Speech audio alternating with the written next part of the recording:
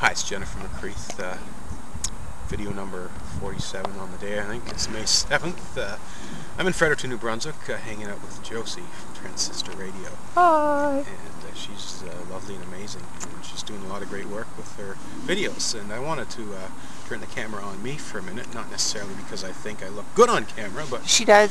because an excellent point was raised in the last video about how a trans person who is unable to transition will suffer and struggle and go through the motions, alcohol abuse, you name it, drug abuse. Well, they can't be themselves, right? I mean, like, if they can't be themselves, then how are they actually going to want to be part of society? And Sorry, Jen.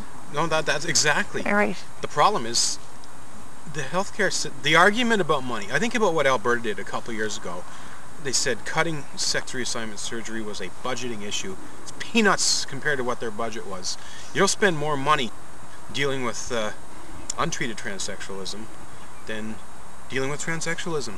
It's true. Transition does not cost a lot of money if you're talking about a huge government health care, right. If you're talking about a transsexual who lost a good job and after coming out and now earns very little money trying to survive, that's a lot of money.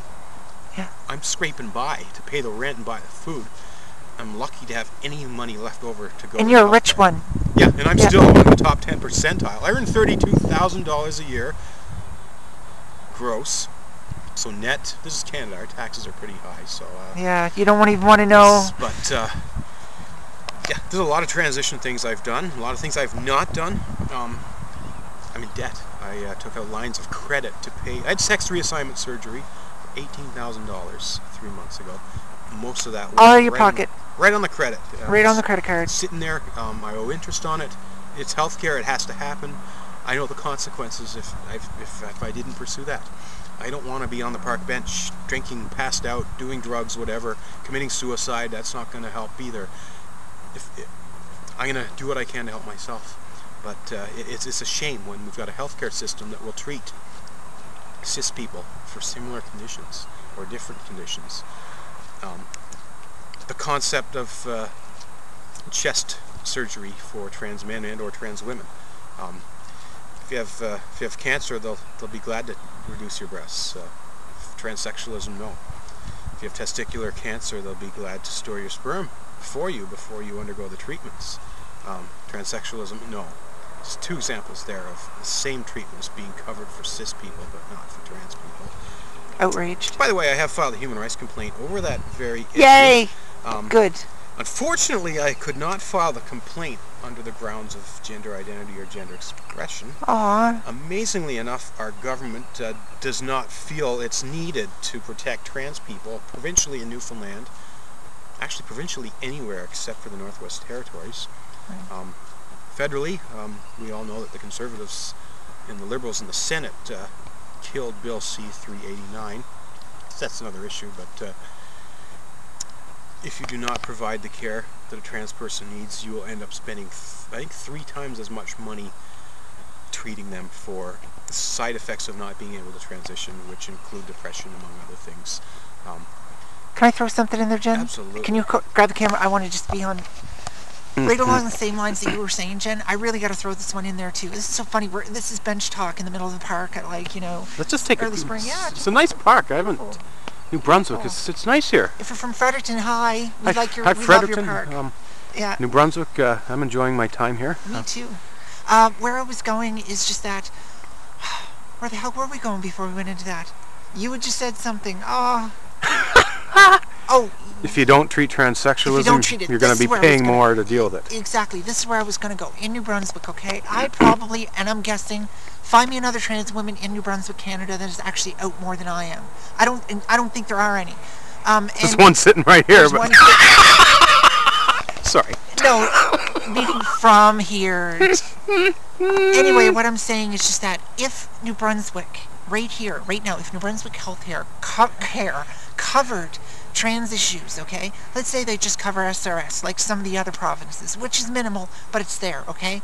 She just said that it costs $18,000 or $18,500 or whatnot in order to have trans, down surgery for a trans woman. I can tell you right now, for the amount of people that I know that actually are transsexual, and for all you people that don't know out there, we have to follow a strict regimen made by CPATH and WPATH and the standards of care. This takes 3 years to do. It's going to take you at least 2 years to be actually eligible to get the surgery. It's not like I can just go pay for it and get it done now.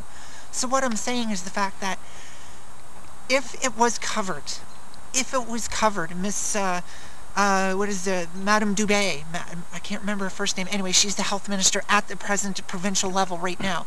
If you're listening to this, I want you to know something. If you did cover it, and I know you're going to say that budgets are terrible, but if you did cover it, maybe three people would be actually even eligible to get it. So $60,000 a year would cover the entire trans population. How much did it cost for the last heart attack of the person that just went into the hospital today? Not that I'm saying that they didn't have a good reason to be there. Maybe they do. But what I'm saying is just that their one little thing, or their big thing, that they treat getting surgery a big thing.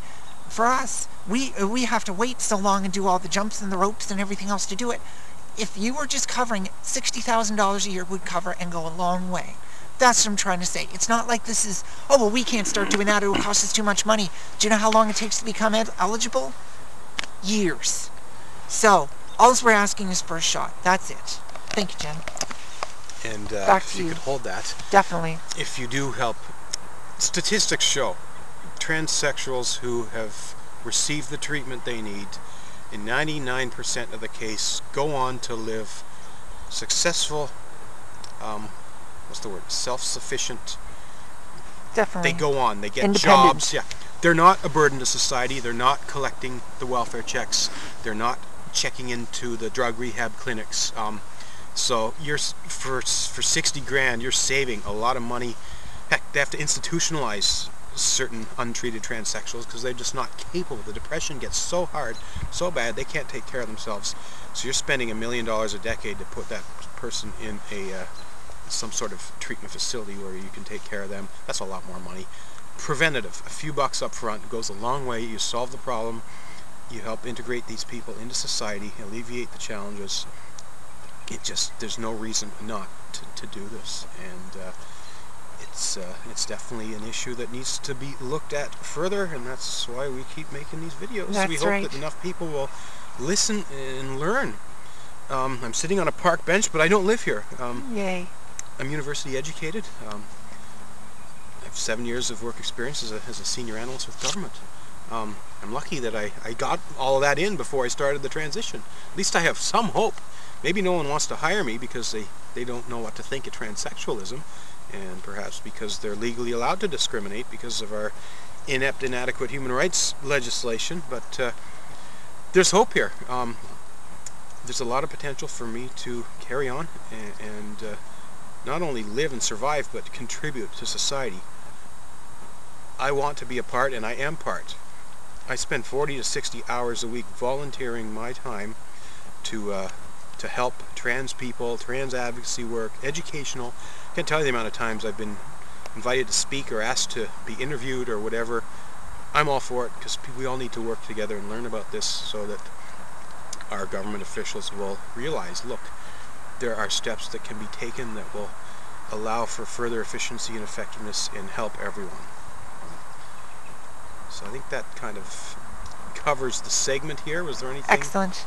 No, I think you covered it beautifully, honey. I think we got exactly what we were trying to say. Yes. I know I'm just talking behind the camera. Let's put you back on. Put me back on just for a second. Another minute. We got another minute. I'm just going to say that I would like to have you actually sit and do a cost-benefit analysis. If you want, I would be happy to help you with that. And I would like to show you the amount of money and time and everything else that I've put into my transition and other people have put into their transitions.